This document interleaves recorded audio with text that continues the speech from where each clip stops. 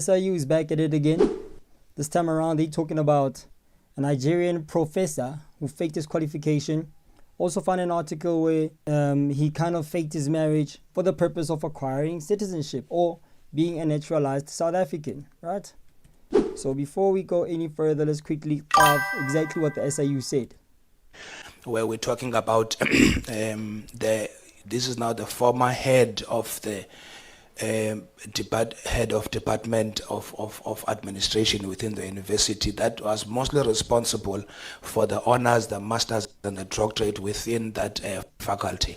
We are looking there at how he was appointed by the university, and we've picked up that this Professor Ijeoma would have used his company to siphon money from the university. He was benefiting from all the what we have found to have been irregular admission and registration of the students. We've discovered or found that even the CV and the masters that he had submitted, even that masters is not, for lack of a better word, it's not, trying to find a word, not accredited for them, for him to have, because what we did, we then sent emails to that university to confirm whether that master's degree that he had, that is in his CV is legitimate, and we found that even that university is an unaccredited institution. So I suppose that will be the first thing that we're going to do in this live stream before we talk about is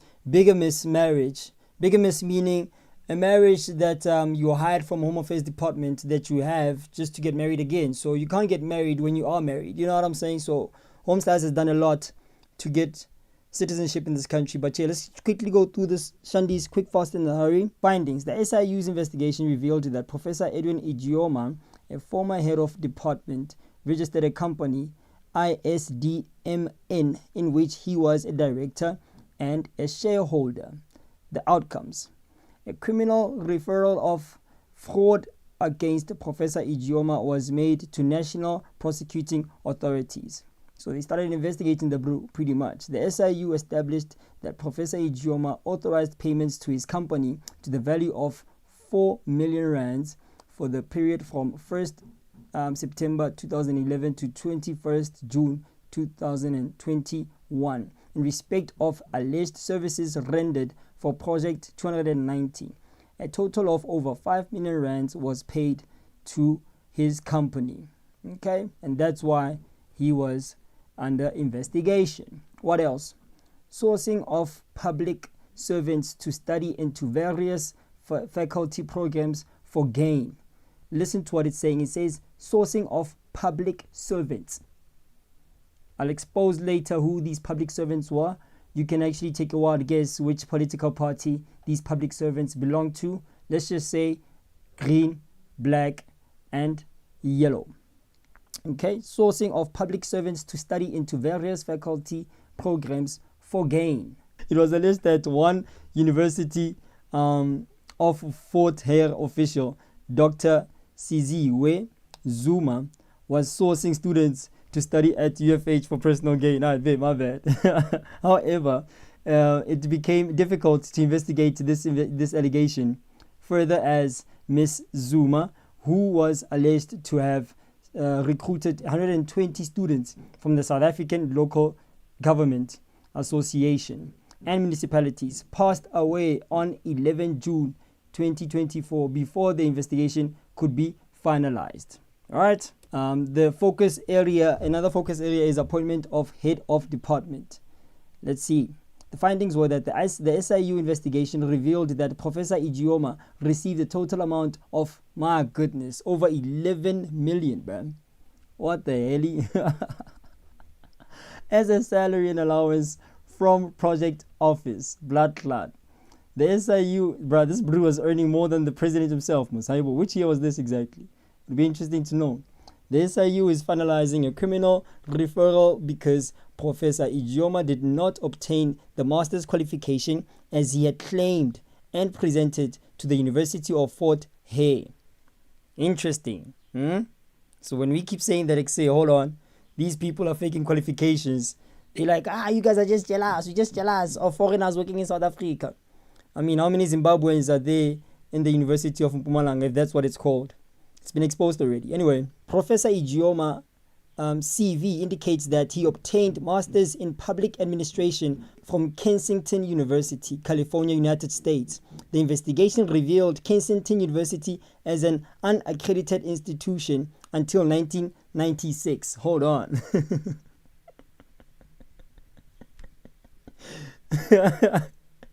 The investigation revealed Kensington University as an unaccredited institution until 1996. Interesting. So it'd be interesting to know when he got his qualification. Anyway, another key focus is the Faculty of Law. A whistleblower reported that students are allowed to register for an LLB degree despite not meeting the administration requirements. Okay, part-time students were allowed to register a high number of modules than allowed per semester. Interesting. The SIU is to investigate 486 students. My goodness, that's half a thousand. The investigation focusing on students that exceeded modules registered per academic year. The SIU to focus on the administration and registration of students who have not met minimum requirements for admission and registration for the LLB. Unfortunately, this investigation has stalled due to lack of clarity regarding achievable outcomes would be or desired outcomes have not been defined, or no agreement on what outcomes can realistically be achieved. You swear things got a good question. Why? Mikey, why?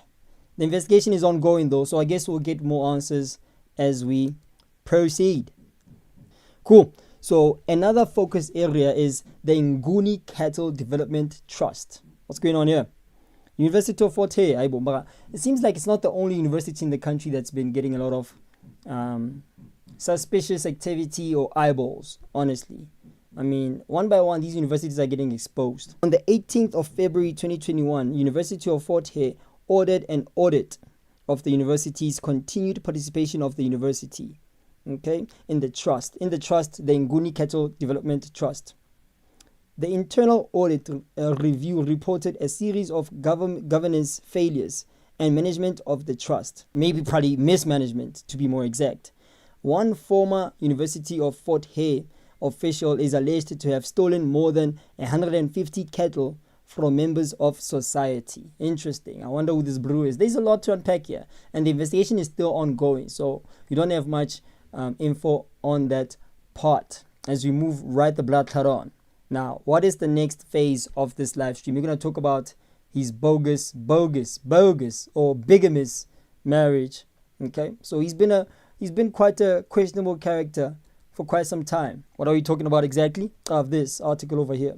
Fort Hare professor expelled from South Africa over bigamous marriage. Oh boy. Technology. Bigamous is an adjective that describes a marriage or a person involved in bigamy, which is the act of marrying someone while still legally married to another person. Right? So he didn't disclose this information to Home Affairs to say, I'm already legally married to somebody else. So basically, the article is going to explain exactly what happened. So that's the definition. Let's keep going. Cool. Edwin Chikata Ijeoma was no intellectual slouch when he arrived in South Africa from Nigeria on a study permit in 1998 to pursue academic studies at the University of Pretoria. His hard work saw him obtain a PhD in economics in 2003. No worries. However, the man who became a professor of public sector economics at the University of Fort Hare in the Eastern Cape had his citizenship revoked by the Ministry of Home Affairs after he fraudulently relied on a bigamous marriage to a South African woman to obtain naturalization and citizenship. Cool. So firstly, what he did was, it's been exposed already by our SIU department that Bru forged his qualifications, and now we're learning that back in the day, how long ago was this? This was in 2001. He also forged a fake marriage to basically get naturalized and become a citizen of this country. Interesting. Very, very xenophobic South Africa. People are forcing to literally stay here and become citizens. And it'll also be exposed here or discussed that he revoked his Nigerian citizenship.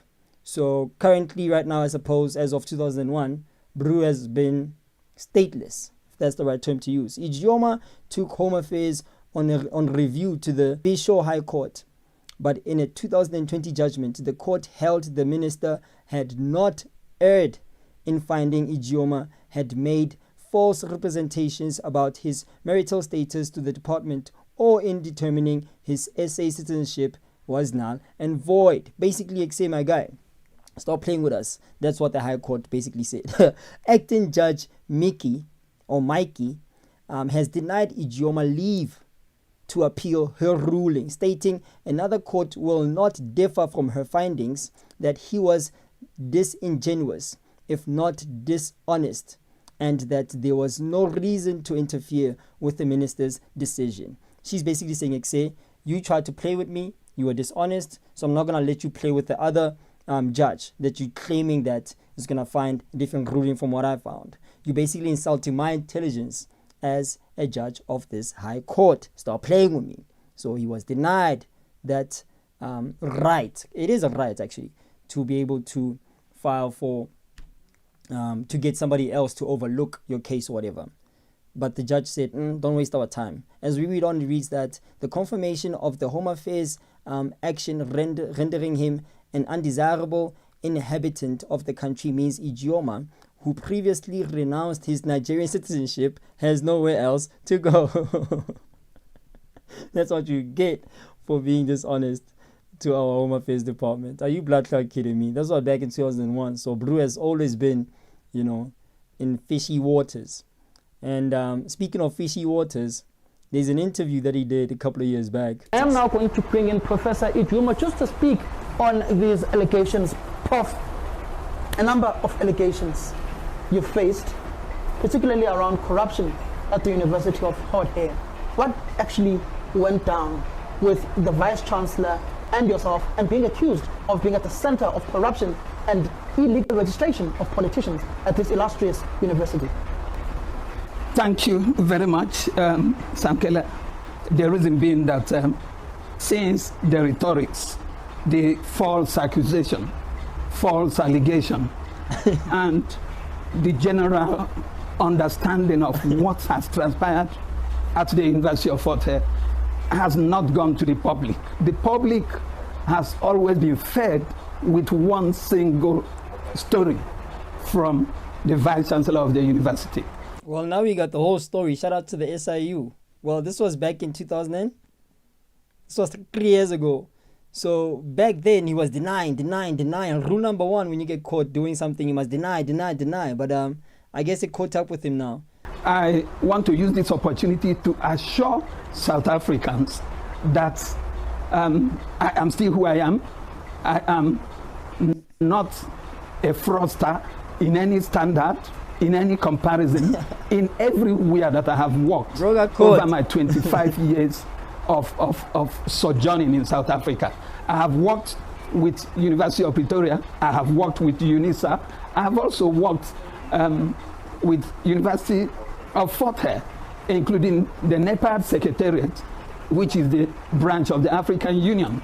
So what you have been hearing in the past 3 years has been false narrative targeting some politicians in the Eastern Cape. I don't know where that is coming from, but one thing I know is that the public, the reading public, and the viewers of South African news media are not aware of the truth at Fort Hare. What is the truth at Fort Hare? The truth has been that the change management approach of the current Vice-Chancellor is below par. He came in as a vendetta. He came in as an investigator. He didn't come in as a leader that has vision for the institution. One thing that has to do in academia is that it's an environment for free thinkers. It's an environment where people have the opportunity to speak their mind. But when you work under this individual, it is a toxic environment.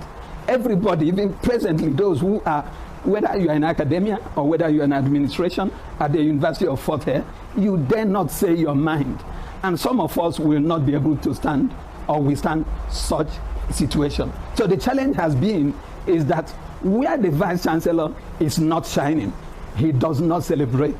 And that is not, the Vice Chancellor should be a visionary, should show good sense of leadership, should make sure that issues around teaching and learning, community engagement, research and development becomes the cornerstone of the university development.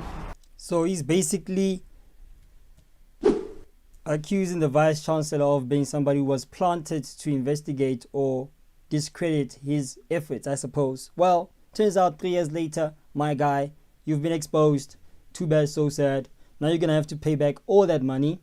I don't know how he's going to figure that out, but I say good luck trying, you know, if you know what I'm saying. I guess my final thoughts would be March and March has always been right about, you know, everything that they've been saying about, you know, fraudulent people who are working in our universities with fraudulent qualifications. I mean, there's a lot of South Africans who qualify to have these job positions, but they've been overruled, or they're being replaced by foreign nationals, to a point where now they have to literally find opportunities in other countries like China. I mean, we have people who are very qualified to teach in South Africa, but now they opt in to go teach in China just for the sake of getting some sort of a bag, since they're not being absorbed by our South African educational system. I mean, look at what's going on there in Mpumalanga. A lot of people have been exposed of being, you know, favoring Zimbabweans over South Africans. For what good reason? Still not clear enough. Please do me a favor, make sure that you guys scan the QR code. I'll leave the rest of the interview in the description as well. If you scan the QR code, click the link in the description. It will drive you to my bookshop. Buy a book to support the channel. Appreciate you guys. Catch you on the next stream. It's sure.